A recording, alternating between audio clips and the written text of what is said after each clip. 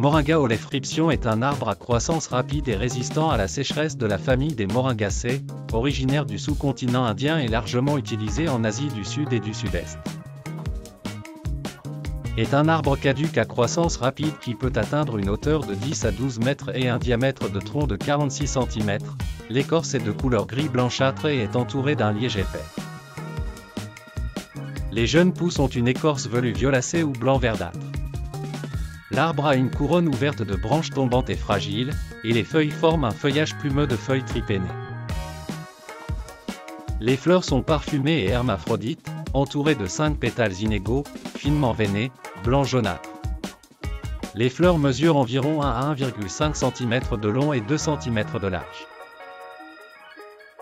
Elles poussent sur des tiges fines et velues en grappes de fleurs étalées ou tombantes, qui ont une longueur de 10 à 25 cm. La floraison débute dans les 6 premiers mois suivant la plantation. Dans les régions où la saison est fraîche, la floraison n'a lieu qu'une fois par an, à la fin du printemps et au début de l'été, hémisphère nord entre avril et juin, hémisphère sud entre octobre et décembre. Dans des conditions de température saisonnière plus constantes et de précipitations constantes, la floraison peut se produire 2 fois, voire toute l'année. Le fruit est pendant, à 3 côtés, brun, de 20 à 45 cm contenant des graines globuleuses brun foncé d'un diamètre d'environ 1 cm.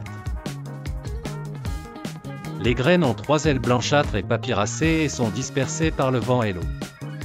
En culture, on le coupe souvent chaque année à 1-2 m et on le laisse repousser afin que les gousses et les feuilles restent à portée de main.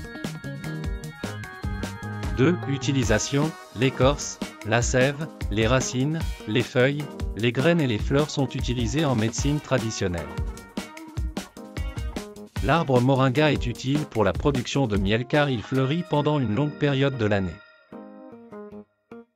Dans les pays en développement, le moringa a le potentiel d'améliorer la nutrition, de renforcer la sécurité alimentaire, de favoriser le développement rural et de soutenir la gestion durable des terres. Il peut être utilisé comme fourrage pour le bétail, comme liquide micronutritionnel, comme vermifuge naturel. Les arbres de moringa ont été utilisés pour lutter contre la malnutrition, en particulier chez les nourrissons et les mères allaitantes.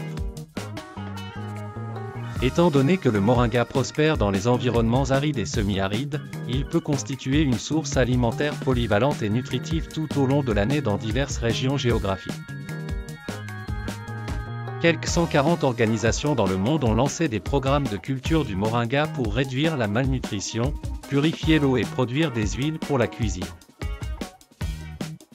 La poudre de feuilles de moringa olefra s'est avérée aussi efficace que le savon pour le lavage des mains lorsqu'elle avait été préalablement humidifiée pour permettre aux composés phytochimiques des feuilles de bénéficier de propriétés antiseptiques et détergentes.